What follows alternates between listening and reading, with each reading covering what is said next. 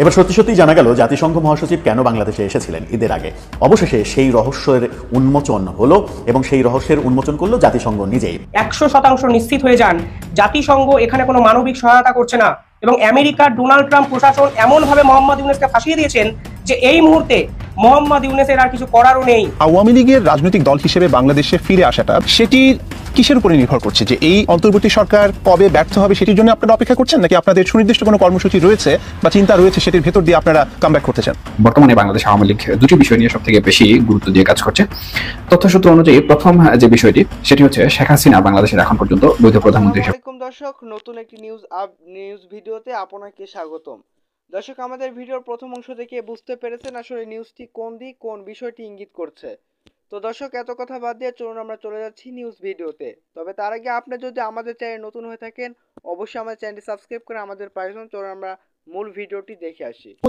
আমি আসলে একটা বিষয় জানার ব্যাপারে খুবই কিন এবং আমি ধারণা করি যে আমার যারা দর্শক রয়েছেন তারাও বিষয়টি এই বাস্তবতায় এই সময়টাতে জানতে চায় যে আওয়ামী লীগের রাজনৈতিক দল হিসেবে বাংলাদেশে ফিরে আসাটা, মানে ফিরে আসা মানে হচ্ছে যে আবার আগের মতো কার্যক্রম পরিচালনা করা বা রাজনৈতিক ট্র্যাকে ফিরে আসার কথা আমি বলছি, সেটি কিসের উপরে নির্ভর করছে? যে এই অন্তর্বর্তী সরকার কবে ব্যর্থ হবে সেটির জন্য আপনারা অপেক্ষা করছেন, নাকি আপনাদের সুনির্দিষ্ট কোনো কর্মসূচি রয়েছে বা চিন্তা রয়েছে সেটির ভেতর দিয়ে আপনারা কামব্যাক করতে চান?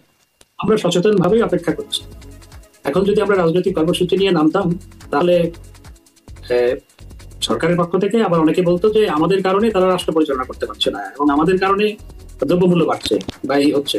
গার্মেন্টস শ্রমিকরাও যখন আন্দোলন করে তখন বলে যে স্বৈরাচার ফিরে এসছে গার্মেন্টস শ্রমিক হিসাবে। এই বক্তব্য যখন দেওয়া হয় তখন আমরা সচেতন ভাবেই আমরা একটু নিশ্চয় আছি যে কারণ যাতে আমাদের উপর দোষ না আসে। আওয়ামী লীগ এমন একটি দল যেই দলের লক্ষ লক্ষ নেতাকর্মী আছে, কোটি কোটি সমর্থক আছে। আওয়ামী লীগ ফুরিয়ে যায়নি, আওয়ামী লীগ কখনো ফুরিয়ে যাবে না। আওয়ামী লীগ আমরা চাই দেশ ভালো থাকুক, দেশের মানুষ ভালো থাকুক। আওয়ামী লীগ সচেতন ভাবেই এখন আওয়ামী লীগকে এই মুহূর্তে প্রবাসী সরকার বা এরকম কোনো কিছু চিন্তা ভাবনা করছে ফর্ম করার? মানে এই লেজিটিমেসির প্রশ্নে যদি আমি বলি, আপনার সঙ্গে নিশ্চয়ই আপনার দলের সভানেত্রীর যোগাযোগ রয়েছে, সেই ক্ষেত্রে এরকম কোনো চিন্তা ভাবনা রয়েছে কিনা প্রবাসী সরকার গঠনের? এরকম চিন্তা ভাবনার কথা আমি শুনিনি, এই আলোচনা কারোর সাথে হয়নি। রাইট। আমরা অনুষ্ঠানের শেষ পর্যায়ে আমি খুব ছোট করে কয়েকটি বিষয় একটু আপনার সামনে তুলে ধরতে চাই। একটি বিষয় হচ্ছে, আমরা দেখতে পেলাম যে বঙ্গবন্ধু জাতির জনক কিনা সেই বিষয়েও একটা বিতর্ক শুরু করেছে সমন্বয়কারীদের বা সমন্বয়কদের একটি অংশ, এবং এটি অবশ্য উত্থাপন করবার পরেই প্রবল বাধার মুখে পড়েছে, প্রবল সমালোচনার মুখে পড়েছে। কিন্তু আমার প্রশ্নটা অন্য জায়গায়, যে বঙ্গবন্ধুর মতো মানুষকে এই যে বিতর্কের মুখে দাঁড় করানো, মানে এই যে একটা অবস্থা তৈরি হওয়া, সেখানে কি মুক্তিযুদ্ধ বা বঙ্গবন্ধুকে আপনাদের নিজেদের করে রাখার একটা প্রবণতা, এটি যে জাতির জনক, মানে জাতির কাছে ছড়িয়ে দেওয়ার যে ব্যাপারটা, সেই কাজটি করতে কি আপনারা ব্যর্থ হয়েছেন? মানে সেই ব্যর্থতার ফল হিসেবে কি এটি হচ্ছে কিনা? কখনো আমরা মনে করিনি এবং করি না যে বঙ্গবন্ধু শুধু আওয়ামী লীগের। বঙ্গবন্ধু জাতির, বঙ্গবন্ধু বাংলাদেশের 17-18 কোটি মানুষের। এবং শুধু বঙ্গবন্ধু কেন, আমাদের স্বাধীনতা নিয়েই তো প্রশ্ন তোলা হচ্ছে। কায়েদে আজমের জন্মদিন পালন করা হচ্ছে, মৃত্যু দিবস পালন করা হচ্ছে, ঢাকা বিশ্ববিদ্যালয়ে পাকিস্তানের পতাকা উড়ানো হচ্ছে। সুতরাং অনেক কিছু জাতিসংগীত আপনার পরিবর্তন করার কথা বলা হয়েছে। তো সুতরাং দেশের স্বাধীনতা নিয়েই তো প্রশ্ন তোলা হচ্ছে।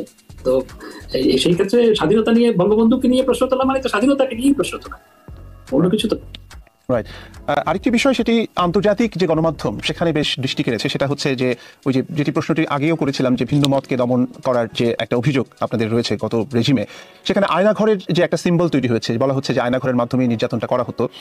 সেই বিষয়টা নিয়ে এখন তো সরকার ক্ষমতায় প্রায় 3 মাস, আয়নাঘরটা কোথায় একটু দেখার, কিন্তু তারাই তো একটা আপনার র্যাবের পক্ষ থেকে বলা হয়েছে, এই সরকারের র্যাব প্রধান বলেছে আয়নাঘরের কোনো অস্তিত্ব খুঁজে পাওয়া যায়নি।